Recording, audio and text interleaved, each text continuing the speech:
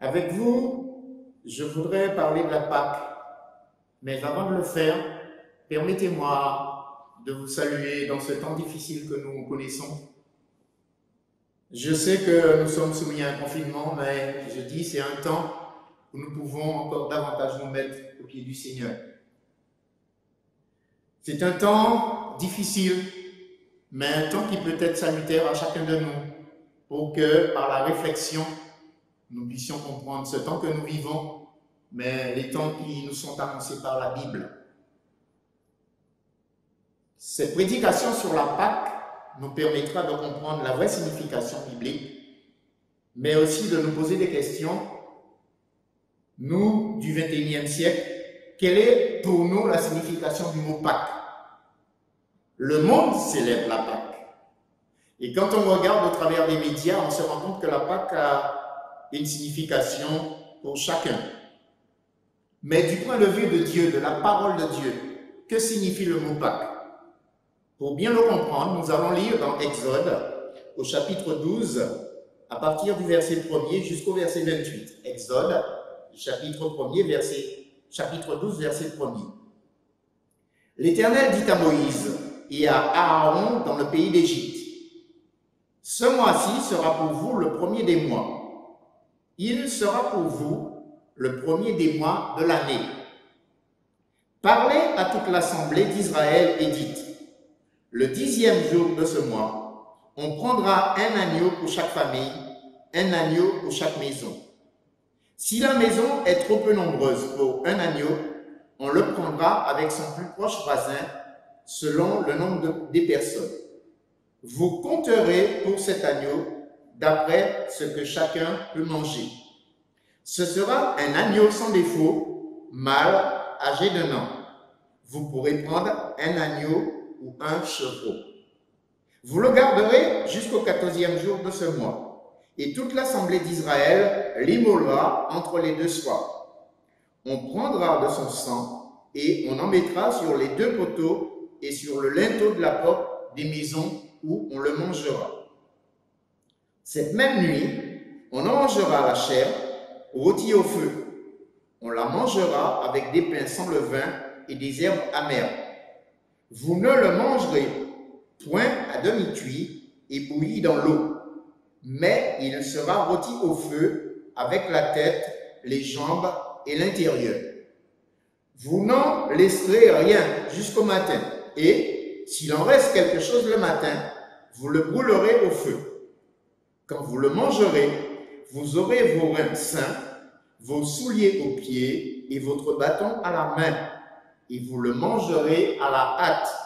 C'est la Pâque de l'Éternel. Voilà le mot qui nous intéresse, c'est la Pâque de l'Éternel. Verset 12.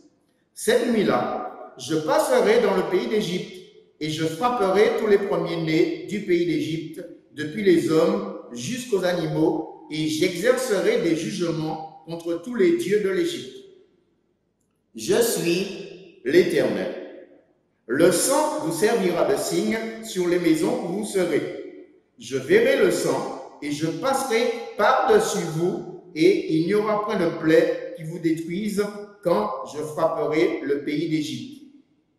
Vous conserverez le souvenir de ce jour et vous le célébrerez par une fête en l'honneur de l'Éternel.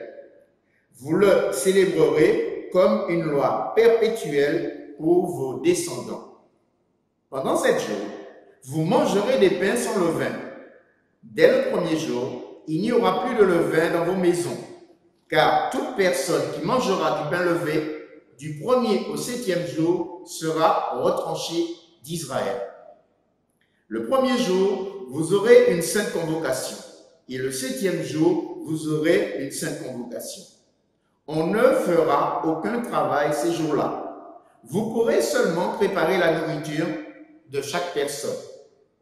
Verset 17.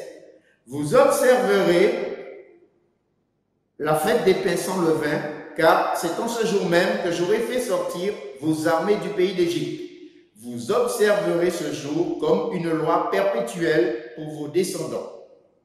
Le premier mois, le 14e jour du mois, au soir, Vous mangerez des pains sans levain jusqu'au soir du 21e jour. Pendant 7 jours, il ne se trouvera point de levain dans vos maisons, car toute personne qui mangera du pain levé sera retranchée de l'assemblée d'Israël, que ce soit un étranger ou un indigène. Vous ne mangerez point de pain levé, dans toutes vos demeures, vous mangerez des pains sans levain. Moïse appela tous les anciens d'Israël et leur dit, allez prendre du bétail pour vos familles et immolez la Pâque. Vous prendrez ensuite un bouquet d'hysope, vous le tremperez dans le sang qui sera dans le bassin, et vous toucherez le linteau et les 2 poteaux de la porte avec le sang qui sera dans le bassin. Nul de vous ne sortira de sa maison jusqu'au matin. Quand l'Éternel passera pour frapper l'Égypte et verra le sang sur le linteau et sur les 2 poteaux, l'Éternel passera par-dessus la porte et il ne permettra pas aux destructeurs d'entrer dans vos maisons pour frapper. Vous observerez cela comme une loi pour vous et pour vos enfants à perpétuité. Quand vous serez entrés dans le pays que l'Éternel vous donnera, selon sa promesse, vous observerez cet usage sacré. Et lorsque vos enfants vous diront « Que signifie pour vous cet usage ?» vous répondrez « C'est le sacrifice de Pâques en l'honneur de l'Éternel qui a passé par-dessus les maisons des enfants d'Israël en Égypte lorsqu'il frappa l'Égypte et qu'il sauva nos maisons. » Le peuple s'inclina et se prosterna. Et les enfants d'Israël s'en allèrent et firent ce que l'Éternel avait ordonné à Moïse et à Aaron. Ils firent ainsi. Amen. Déjà, je voudrais définir pour vous le mot Pâques. Ce mot-là vient d'un verbe hébreu qui signifie passer par-dessus. Et dans le passage que nous avons lu à 3 reprises, nous avons cette expression passer par-dessus. Exode, chapitre 12, verset 13.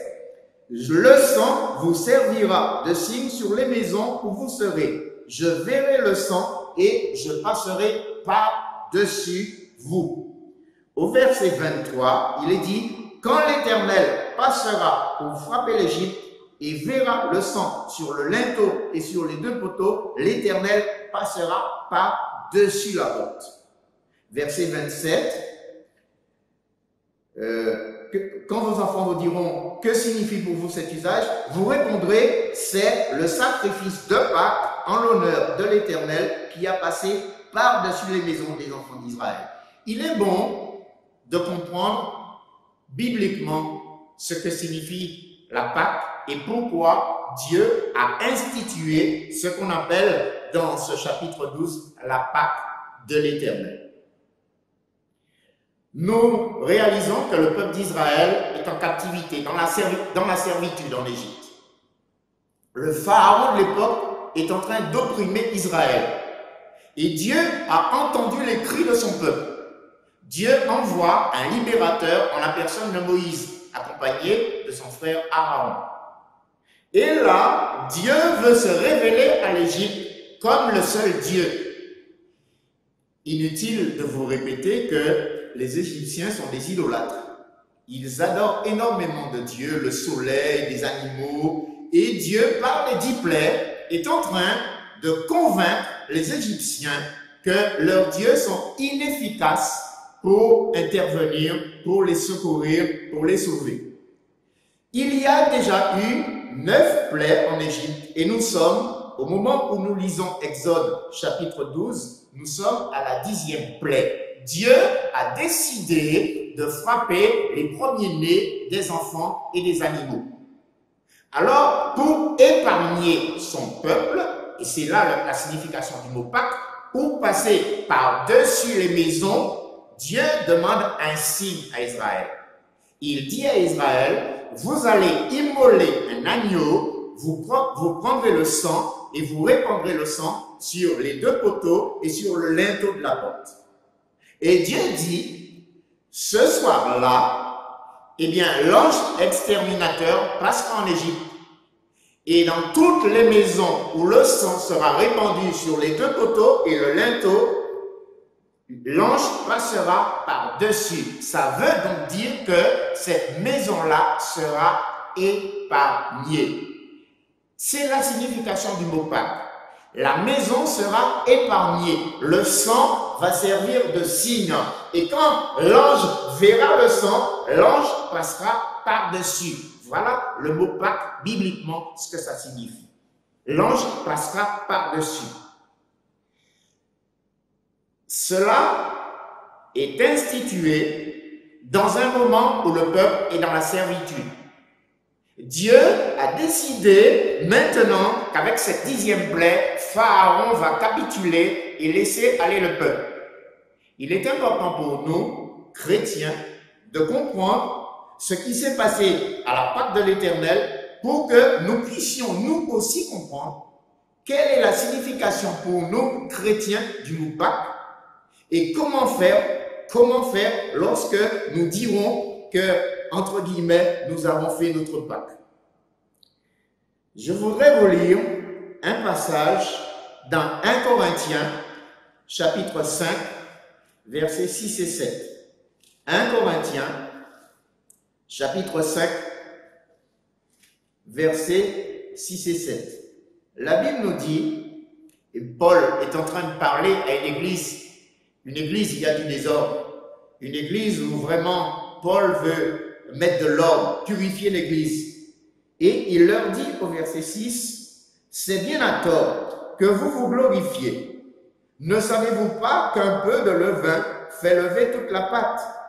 Faites disparaître le vieux levain, afin que vous soyez une pâte nouvelle, puisque vous êtes sans levain. » Et voici ce qui nous intéresse, car Christ, notre Pâque, a été immolé.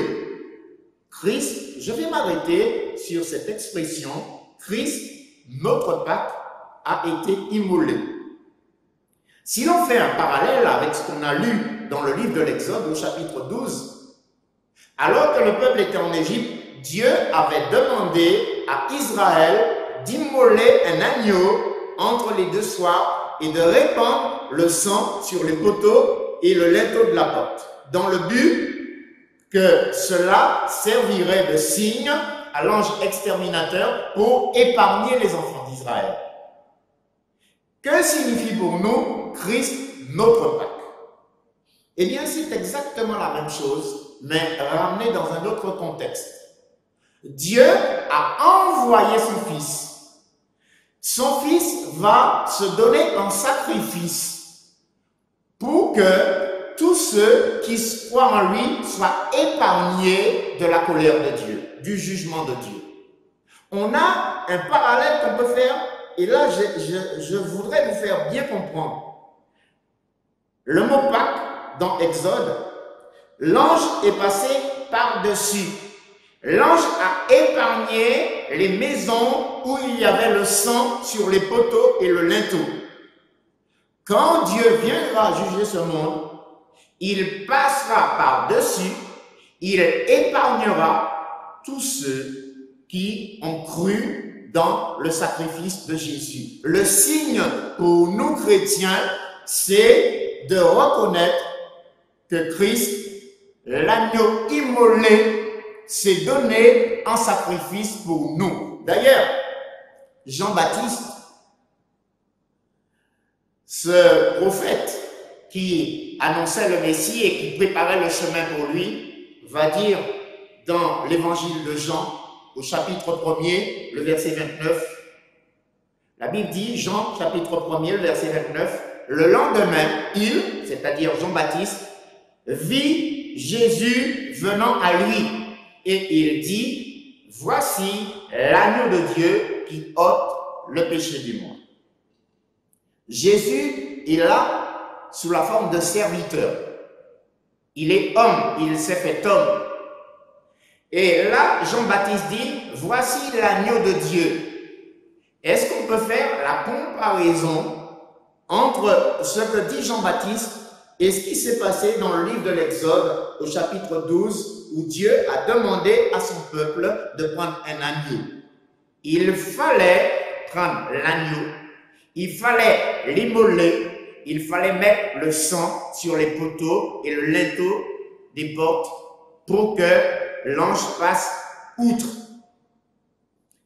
Nous avons ici un signe d'une nouvelle alliance que Dieu va établir entre les hommes et lui. Dieu va envoyer son agneau, son fils, Jésus, et lui va se donner en sacrifice. Quand on dit le sang de Jésus nous épargne de la colère à venir, on ne s'arrête pas au liquide, le sang, on s'arrête au sacrifice. Jésus est le sacrifice qui correspond à l'agneau pascal que nous avons dans le livre de l'Exode au chapitre 12. Alors, nous pouvons lire que dans 1 Thessaloniciens, au chapitre 1er, versets 9 et 10, 1 Thessaloniciens, Paul a fondé cette église, et là, contrairement aux Corinthiens, nous avons une église fervente. Nous avons des chrétiens qui ont pris un bon départ, qui marchent correctement avec le Seigneur, et Paul, je ne dis pas qu'il va se vanter, mais il y a une telle réputation de la bonne marche de cette église que Paul va dire, car on raconte à notre sujet quel accès nous avons eu auprès de vous et comment vous vous êtes convertis à Dieu en abandonnant les idoles pour servir le Dieu vivant et vrai et pour attendre des cieux son Fils, qu'il a ressuscité des morts, Jésus, qui nous délivre de la colère à venir. En Égypte, Israël a été délivré. De nos jours, n'importe quel homme, n'importe quelle femme peut être délivré de la colère à venir, du jugement de Dieu, si simplement cette personne reconnaît Jésus-Christ comme son sauveur. Oh, l'on pourrait s'arrêter à faire des comparaisons pour mieux faire comprendre entre ce qui s'est passé en Égypte, cette Pâque de l'Éternel, et ce que Jésus représente pour nous. On va prendre ce temps-là parce que ça me paraît essentiel pour quelqu'un qui ne comprend pas toute la mission de Jésus sur cette terre, faire cette comparaison entre ce qui s'est passé donc en Égypte, cette 10e plaie, et ce que Jésus est pour nous. Nous avons lu dans Exode que les Israélites devaient choisir un agneau. Et si l'on a bien compris le texte, il fallait laisser cet agneau pendant 4 jours de manière à être sûr que c'était un agneau sans défaut. Quand vous lisez Exode 12, vous voyez, je vais vous le faire comprendre parce que c'est important de comprendre tous ces petits détails pour que l'on comprenne la signification de la venue de Jésus et de son sacrifice. Exode 12, verset 3. Parlez à toute l'assemblée et dites, le 10e jour de ce mois, on prendra un agneau pour chaque famille, un agneau pour chaque maison. Le 10e jour du premier mois, on prend l'agneau. Et quand on va au verset 5 et 6, il est dit, ce sera un agneau sans défaut, mâle, âgé d'1 an. Vous pourrez prendre un agneau ou un chevreau, vous le garderez jusqu'au 14e jour de ce mois. Donc, il fallait avoir suffisamment de temps, 4 jours, pour constater que l'on avait un agneau sans défaut. C'était important pour Dieu, parce que le sacrifice, on ne devait pas lui donner une bête malade. Il fallait que ce soit un agneau sans défaut. Quand je lis 1 Pierre, pour faire la comparaison, 1 Pierre, chapitre 1er, versets 18 et 19. 1 Pierre, première épître de Pierre, chapitre 1er, versets 18 et 19. Vous savez que ce n'est pas par des choses périssables, par de l'argent ou de l'or, que vous avez été rachetés de la vaine manière de vivre que vous avez hérité de vos pères, mais par le sang précieux de Christ, comme d'un agneau sans défaut et sans tache. La Pâque de l'Éternel, c'était un agneau qu'on avait pris et qu'on devait garder 4 jours pour se rendre compte qu'il n'est pas malade. Il était sans défaut. Et voici que le sacrifice parfait qui nous permet maintenant d'entrer dans la présence de Dieu, ce sacrifice parfait que Jésus-Christ, la Bible nous dit, il s'est livré pour nous comme un agneau sans défaut et sans tache. Voilà pour le premier point de comparaison. Le deuxième point, cet agneau, donc on a dit qu'il devait être éprouvé, et nous notons qu'il devait être égorgé. On avait besoin de son sang pour le répandre sur les poteaux et sur le linteau des portes. Exode 12, verset 6, nous réalisons que vous le garderez jusqu'au 14e jour de ce mois et toute l'assemblée d'Israël l'immolera. Toute l'assemblée d'Israël l'immolera. Donc cet animal était égorgé. Il fallait que son sang soit répandu. Eh bien, nous avons lu dans 1 Corinthiens, chapitre 5, le verset 7, « Faites disparaître le vieux levain, afin que vous soyez une pâte nouvelle, puisque vous êtes sans levain, car Christ, notre Pâque, a été immolé. » Voici donc, cette comparaison, elle est parfaite. Il fallait un agneau sans défaut. Là maintenant, on a Christ, un sacrifice parfait. Et lui aussi, il fallait qu'il se donne un sacrifice pour nos péchés. Le mot immolé veut dire souffrir en sacrifice. Jésus s'est offert en sacrifice. N'a-t-il pas dit, je donne ma vie pour mes brebis? Il savait pourquoi il était venu. Dans les évangiles, il a annoncé à plusieurs reprises à ses disciples qui ne comprenaient pas forcément, eh bien, le Fils de l'homme va souffrir, mais le troisième, on le fera mourir, et le troisième jour, il ressuscitera. Quand on lit les évangiles, on se rend compte qu'à plusieurs reprises, Jésus annonce sa mort et sa résurrection. Et l'on comprend, quand on fait le rapprochement, pourquoi Jean-Baptiste, voyant venir Jésus à lui, va dire « Voici l'agneau de Dieu ».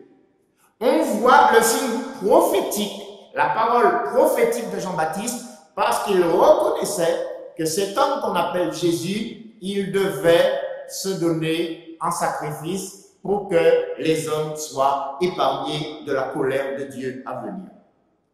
Troisième point de comparaison, dans Exode chapitre 12, verset 46, Exode 12, verset 46, il est dit concernant l'agneau pascal, on ne la mangera que dans la maison. Vous n'emporterez point de chair hors de la maison et vous ne briserez aucun os. Ce petit détail est important. Vous le mangerez, vous n'emporterez rien et vous ne briserez aucun os. Quand on lit l'Écriture, concernant Jésus, on voit dans l'Ancien Testament, je fais cette parenthèse pour vous montrer que toutes les prophéties qui ont été faites sur la venue, la première venue de Jésus, toutes ces prophéties se sont accomplies à la lettre. D'ailleurs, avant de mourir, les dernières paroles de Jésus sur la croix, tout est accompli. Alors, l'agneau, dans Exode chapitre 12, on ne devait pas briser ses os. Qu'en est-il de notre Sauveur? Il est écrit dans Jean chapitre 19, le verset 36, « Ces choses sont arrivées » Jean 19, verset 36, « Ces choses sont arrivées afin que l'Écriture soit accomplie. Aucun de ces os ne sera brisé. » Aucun de ces os ne sera brisé. Quand vous relisez le contexte des évangiles, vous savez que à gauche et à droite de Jésus, il y avait un malfaiteur crucifié. Et quand les soldats viennent pour voir ce qui se passe et, j'allais dire, précipiter la mort de ceux qui sont crucifiés, puisque la nuit va tomber, on va briser les os des deux malfaiteurs. Et quand on vient sur Jésus pour briser ses os, parce qu'en brisant les os, on accélérait la mort. C'était un moyen d'arrêter le supplice des crucifiés. Et les soldats vont venir pour briser les os des malfaiteurs. et devaient faire la même chose quant à Jésus. Et quand ils viennent pour briser les os de Jésus, eh bien, ils se rendent compte qu'il est déjà mort. Cela est un petit détail qui montre combien l'Écriture est inspirée de Dieu. Et quand Paul le dit dans 2 Timothée 3, verset 16, toute l'Écriture est inspirée de Dieu et utile pour instruire, pour corriger, pour enseigner, pour convaincre, parce que Dieu veut que, eh bien, l'on soit affermi. Dieu veut que l'on soit vraiment ferme dans sa parole, et cette parole que Dieu nous a laissée est une parole éprouvée. Cette parole, elle est certaine, elle est éprouvée. Troisième détail donc, aucun de ces os ne fut brisé. Quatrième détail, je l'ai beaucoup dit, mais je le répète, le sang sert de signe devant Dieu. Dans Exode, chapitre 12, le verset 13, « Je suis l'Éternel. Le sang vous servira de signe sur les maisons où vous serez. Je verrai le sang et je passerai par-dessus vous et il n'y aura point de plaie qui vous détruise quand je frapperai le pays d'Égypte. » Dieu a demandé un signe. Et là, nous avons, avec Jésus, nous avons un signe. Nous avons une nouvelle alliance que Dieu a établie avec les hommes. Et quand nous lisons Hébreux, chapitre 9, versets 13 et 14, nous lisons ceci.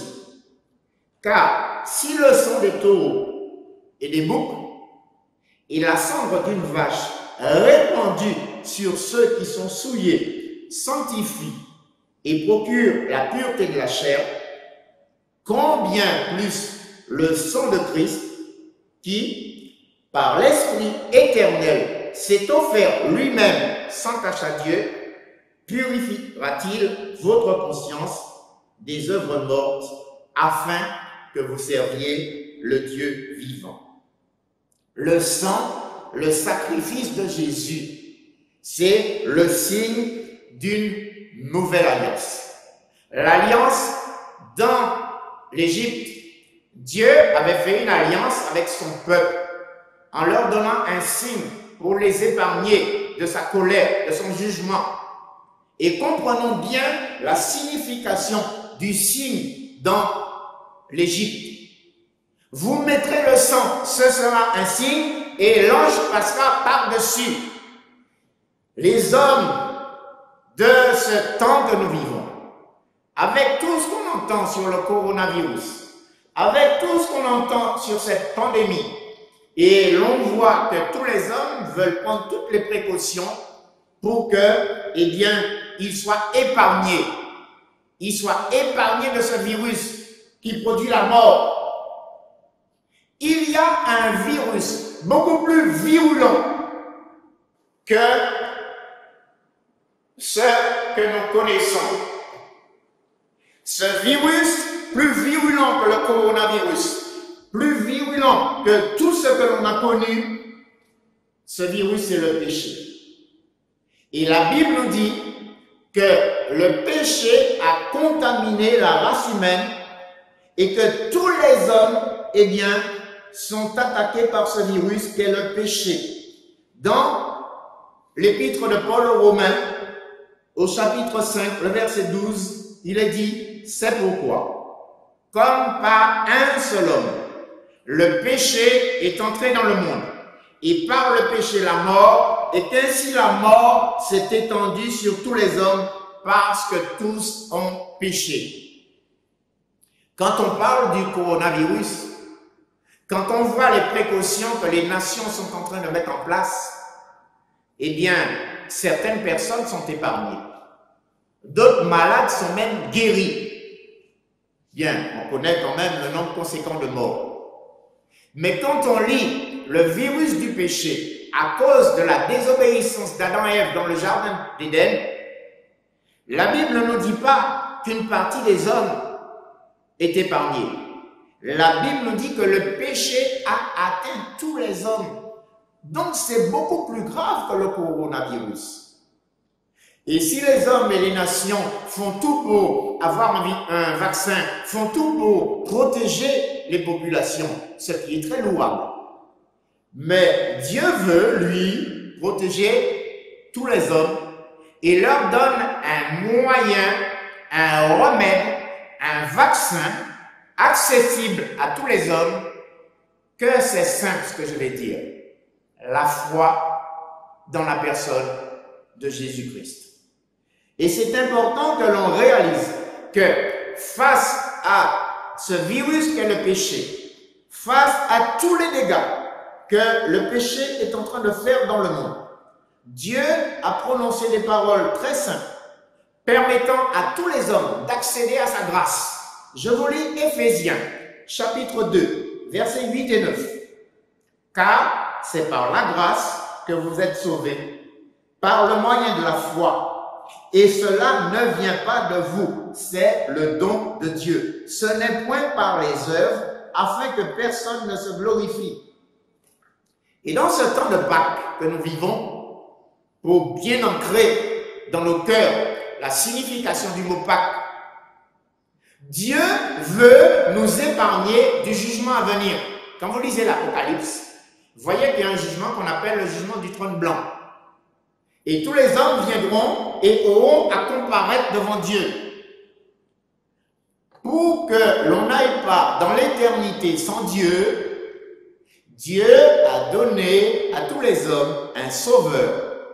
Il n'est pas venu pour une personne, pour une nation, il est venu pour tous les hommes. Et cela est confirmé dans ce verset que nous aimons annoncer, Jean chapitre 3, verset 16, car Dieu a tant aimé le monde qu'il a donné son Fils unique, afin que quiconque croit en lui, qu'il ne meure point, qu'il ne périsse point, mais qu'il ait la vie éternelle. Nous sommes dans une alliance avec Dieu. Cette alliance-là s'appelle la grâce.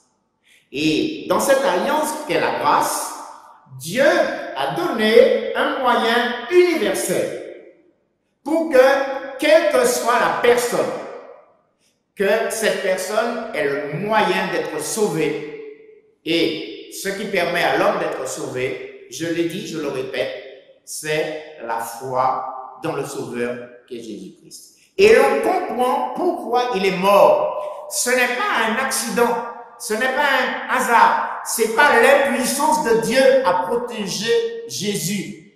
Il fallait qu'un juste meure pour que les hommes soient délivrés du pouvoir du péché, du pouvoir de la mort et du pouvoir du diable. Et qui pouvait délivrer les hommes de tous ces ennemis-là? C'est Jésus-Christ. Et Paul peut annoncer avec force dans 1 Corinthiens 7, Christ, 1 Corinthiens chapitre 5 verset 7, Christ, notre Pâque, a été immolé. La Pâque, pour beaucoup de personnes, est signification de résurrection. Et c'est vrai, quand on regarde de nos jours les calendriers, on voit que Pâques correspond à ce qu'on appelle la résurrection de Christ. Mais la signification biblique est beaucoup plus profonde que la résurrection. Parce qu'on pourrait dire, il est ressuscité. C'est un miracle. Mais c'est plus que cela. Dieu a donné à l'humanité un signe qu'il a agréé le sacrifice de Jésus. Parce que si Jésus était resté au tombeau, qu'est-ce que cela voudrait dire pour nous? Que Dieu n'a pas agréé son sacrifice et que tous les hommes seraient encore dans leur péché. Mais Jésus s'est fait péché pour nous et en mourant sur la croix, il a porté les péchés de toute l'humanité. Voilà la signification du mot Pâques. Lorsque l'on croit en Jésus, lorsqu'on place sa confiance en Jésus, on est épargné de la colère à venir. Et c'est pourquoi dans la Bible on trouve ce verset-là. Le Fils de l'homme est venu non pour juger les hommes, mais pour les sauver. Jésus est venu pour sauver. Son nom signifie sauveur. Quand on lit l'évangile de Luc au chapitre 19, on a cette conversation entre Jésus et Zachée, il est écrit en verset 10, « Le Fils de l'homme est venu chercher et sauver ce qui était perdu. » Dieu n'a pas envoyé son Fils dans le monde pour juger le monde. Dieu a envoyé son Fils dans le monde pour épargner les hommes de la colère à venir. Jésus est notre Pâque. Jésus, en mourant sur le bois, en mourant sur la croix, Jésus donne à l'homme une possibilité d'être épargné de la colère de Dieu. Et comment être épargné de cette colère? En plaçant sa foi dans son sacrifice. Comprendre que c'est moi qui devrais mourir. Et chaque homme, chaque femme, toi qui m'écoutes, tu pourrais te dire la même chose. Chacun de nous, nous sommes séparés de Dieu à cause du péché. Chacun de nous devrait aller en enfer. Mais Dieu veut nous épargner de ce jugement-là. Dieu aime les hommes. Et parce qu'il aime les hommes, il a donné son Fils unique, Jésus-Christ, afin que quiconque croit en lui ne périsse point, mais qu'il ait la vie éternelle. Dieu a donc pourvu à notre salut.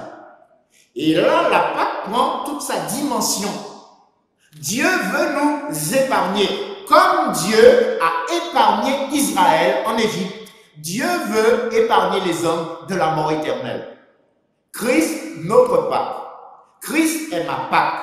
Je ne fais pas Pâque un jour, mais Christ est continuellement ma Pâque. C'est-à-dire que Christ m'épargne pour toujours de la colère de Dieu qui va tomber sur le monde, puisque le monde, la Bible nous dit que les hommes vont rejeter Dieu. Les hommes sont en train de rejeter Dieu.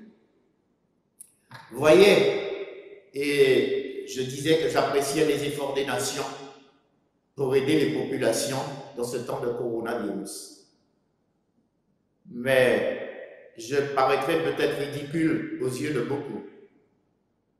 Mais s'il y a quelqu'un qui peut nous épargner de plus que le coronavirus, c'est bien Dieu, parce qu'il a donné son Fils Jésus-Christ. Et c'est là la réflexion que nous devons mener dans ce temps difficile que nous vivons. Oui, on est préoccupé, on entend les mêmes nouvelles, le nombre de morts, le nombre de personnes guéries, le nombre de personnes entrées en réanimation. Oui, on est bombardé de chiffres. Mais combien prennent le temps, dans ces moments que nous vivons, de réaliser que toute l'humanité est frappée à cause du péché? Et que Dieu nous donne la possibilité d'être épargné de la colère à venir. On veut être épargné du coronavirus. C'est une bonne chose, une bonne intention. Mais alors, et après? Quelle vie va-t-on mener? Sera-t-on sauvé parce que l'on est épargné du coronavirus? C'est Jésus qui répond à ses disciples parce qu'ils étaient en train de poser des questions à Jésus parce que la tour de Siloé était tombée sur des hommes et ces hommes étaient morts. Et puis en même temps, il reprenait un autre exemple où Pilate avait mêlé le sang des personnes qui offraient des sacrifices. Pilate avait mêlé leur sang au sang des sacrifices. Et les disciples trouvaient que ces gens qui étaient morts, c'est dans l'évangile de Luc, ces gens qui étaient morts de cette mort atroce, les disciples étaient presque en train de dire à Jésus, mais ces gens-là, ils sont d'une immoralité extrême. Pourquoi ils sont morts de cette manière atroce? Et Jésus va répondre aux disciples, je vous dis que si vous ne vous repentez pas, vous mourrez tous également. Donc c'est pas à considérer que certains qui sont frappés sont de plus grands pécheurs, de plus grands criminels que les autres. Non. Ce qui est important que chacun comprenne, c'est pas parce que tu seras épargné du coronavirus que tu es meilleur que ceux qui meurent du coronavirus. Et Jésus est en train de dire à l'humanité, au travers de tous les fléaux qui tombent sur nous, il faut que vous puissiez vous repentir. C'est le premier message de l'évangile. Quand Jean-Baptiste commence son ministère dans Matthieu 3, la première des choses qu'il dit, repentez-vous. Quand Jésus commence son ministère après son baptême, dans l'évangile de Matthieu au chapitre 4, les premières paroles qui sortent de sa bouche, repentez-vous. Quand l'Église prend naissance à Jérusalem, le jour de la Pentecôte, alors que la diaspora juive est réunie, les disciples sont baptisés dans le Saint-Esprit et ils parlent dans la langue des Israélites qui sont là réunis. Ils ne comprennent pas ce qui se passe. Alors Pierre va leur annoncer l'évangile et va leur parler de ce sauveur qu'on a crucifié. Et tous sont saisis par le discours de Pierre et vont lui dire, homme frère, que ferons-nous? Repentez-vous. Que chacun de vous soit baptisé pour le pardon de ses péchés et vous recevrez le Saint-Esprit. Mes amis, vous qui écoutez ce message, vous devez comprendre que Dieu, au travers de tous les avertissements qu'il peut donner à l'humanité, son but, ce n'est jamais de faire mourir les hommes. Vous pourrez lire Ézéchiel 18 et vous pourrez lire plein de passages dans la Bible. Il est écrit de Dieu, ce que Dieu veut, ce n'est pas que le méchant meure, mais c'est qu'il change de voie et qu'il vive. Et tu dois comprendre que, au travers de tous les avertissements que nous pouvons avoir, eh bien, Dieu veut nous sauver. Je vais terminer avec ma comparaison, que je n'ai pas oubliée, mais peut-être vous dites où je suis allé. J'ai comparé la Pâque de l'Éternel dans Exode 12 avec Jésus, notre Pâque. On a vu, dans chaque cas, c'était un agneau sans défaut. On a vu que l'agneau était éprouvé et qu'il allait être égorgé. Ça, c'est le deuxième point de comparaison. Le troisième point, on a vu qu'aucun de ses os ne fut brisé. Quatrième point, on a vu que le sang sert de signe. Le sacrifice de Jésus est un signe pour les pécheurs. Maintenant, concernant la célébration de la fête, quand vous lisez ce qui s'est passé en Égypte, je vous le lis pour que vous puissiez comprendre et que nous puissions terminer la comparaison. Exode chapitre 12, verset 8. Cette même nuit, on en mangera la chair, rôtie au feu, on la mangera avec des pains sans levain et des herbes amères. Pourquoi Dieu précise-t-il toutes ces choses-là? Pain sans levain, vous savez que dans la Bible, le vin représente l'hypocrisie. Des herbes amères, Dieu veut que l'Israélite, dans le pays d'Égypte, qu'il ait la crainte de Dieu dans son cœur pour qu'il réalise que ce n'est pas à cause d'un mérite que Dieu va lui épargner la mort, mais tout simplement parce que Dieu l'a élu avant la fondation du monde. Israël est le peuple élu. Dieu avait dit à Abraham, tes descendants seront esclaves dans un pays étranger pendant plus de 400 ans et je les ferai remonter. Dieu est en train d'accomplir cette promesse qu'il avait faite à Abraham. Oui, on sait dans quelles conditions Jacob et sa famille, Jacob est descendu en Égypte. Mais maintenant, c'est le temps de Dieu de faire remonter son peuple d'Égypte pour l'emmener dans le pays promis, le pays de Canaan. Alors c'est important ce que je suis en train de vous dire. Pourquoi? Parce que Christ, lui, est notre Pâque. Et vous savez qu'est-ce qu'il a dit lorsqu'il a rompu le pain? Vous mangez ceci. Ceci est mon corps, brisé pour vous. Et quand il prend la coupe, il dit ceci est mon sang, le sang de la nouvelle alliance. Jésus est en train de montrer que en Égypte, le peuple a connu un temps, mais maintenant il y a une autre alliance. Alors, si je termine rapidement la comparaison, et là on rentre dans quelque chose qui est important. La Pâque de l'Éternel en Égypte a permis à Pharaon de capituler. Toute l'Égypte a reconnu que l'Éternel est Dieu et à partir de cette 10e plaie, Pharaon est pressé maintenant de laisser partir le peuple. Mais le peuple va aller où? Dieu avait dit à Abraham qu'il allait donner le pays de Canaan à sa postérité. Eh bien, Dieu va conduire ce peuple pendant 40 ans dans le désert. Et dans Deutéronome, l'Éternel va donner sa pensée. Je t'ai éprouvé dans le désert. Parce que Dieu a voulu éprouver son peuple en lui donnant la loi pour voir si son peuple allait garder ses commandements. Et là, on voit l'objectif de Dieu. Je t'ai humilié dans le désert. Deutéronome chapitre 8. Je t'ai humilié, je t'ai éprouvé pour voir si tu allais garder mes commandements. Et Dieu va donner la loi au mont Sinaï, à Moïse, pour que le peuple ait des principes de vie. C'est tout le parallèle que nous pouvons faire avec nous chrétiens.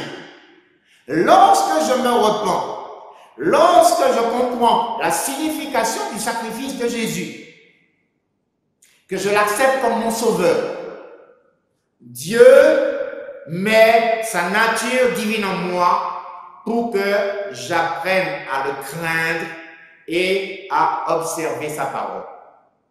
C'est l'objectif de Dieu, de m'enlever ma nature pécheresse, de mettre son esprit en moi pour que son esprit me conduise dans le pays promis. Israël, et si vous faites la comparaison, en vivant la Pâque de l'Éternel, Israël a été conduit dans le désert, Israël a reçu la loi et Israël est rentré dans le pays de Canaan. Bien sûr, vous allez me dire qu'ils ne se sont pas bien comportés. Mais là, j'arrête la comparaison. Je reviens sur les hommes et les femmes que nous sommes. Quand nous reconnaissons que le sacrifice de Jésus nous épargne de la colère à venir, quand nous acceptons Jésus-Christ comme notre sauveur, eh bien, Dieu inscrit sa loi dans notre cœur. Pas avec ses mains sur les tables comme il a fait à Moïse, il inscrit sa loi dans notre cœur. Il nous donne un cœur nouveau.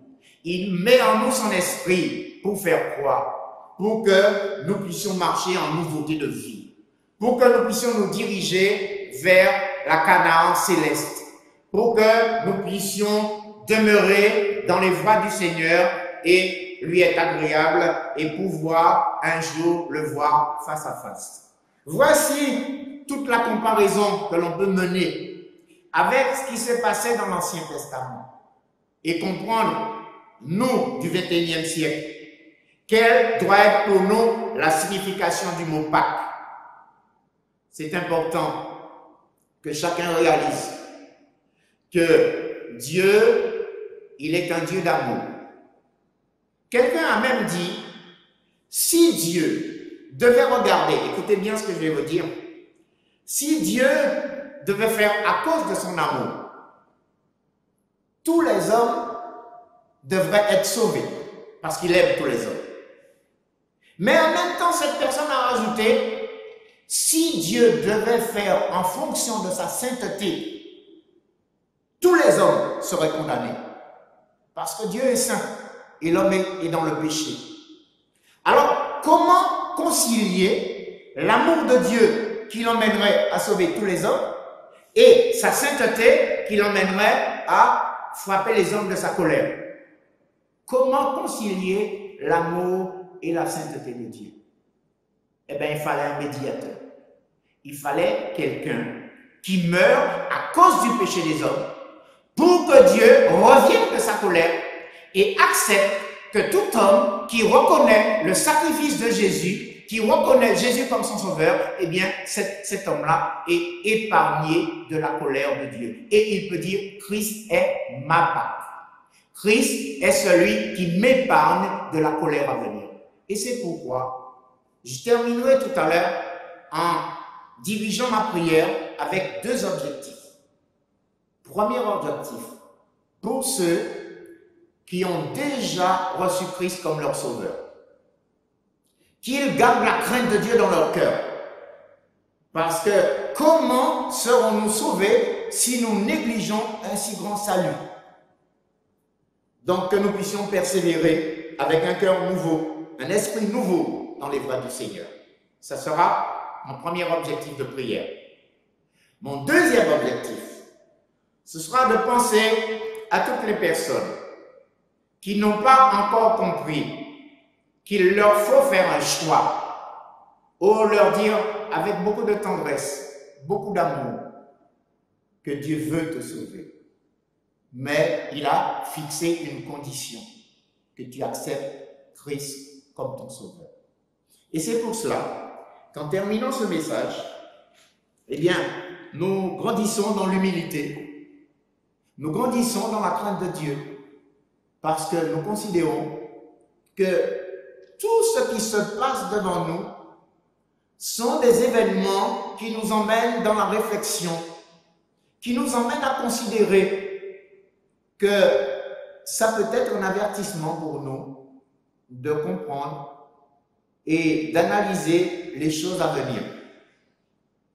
Si ce coronavirus a fait peur à tant d'hommes, tant de nations, qu'allons-nous dire de ce qui va se passer dans ce temps qu'on appelle le temps de la grande tribulation?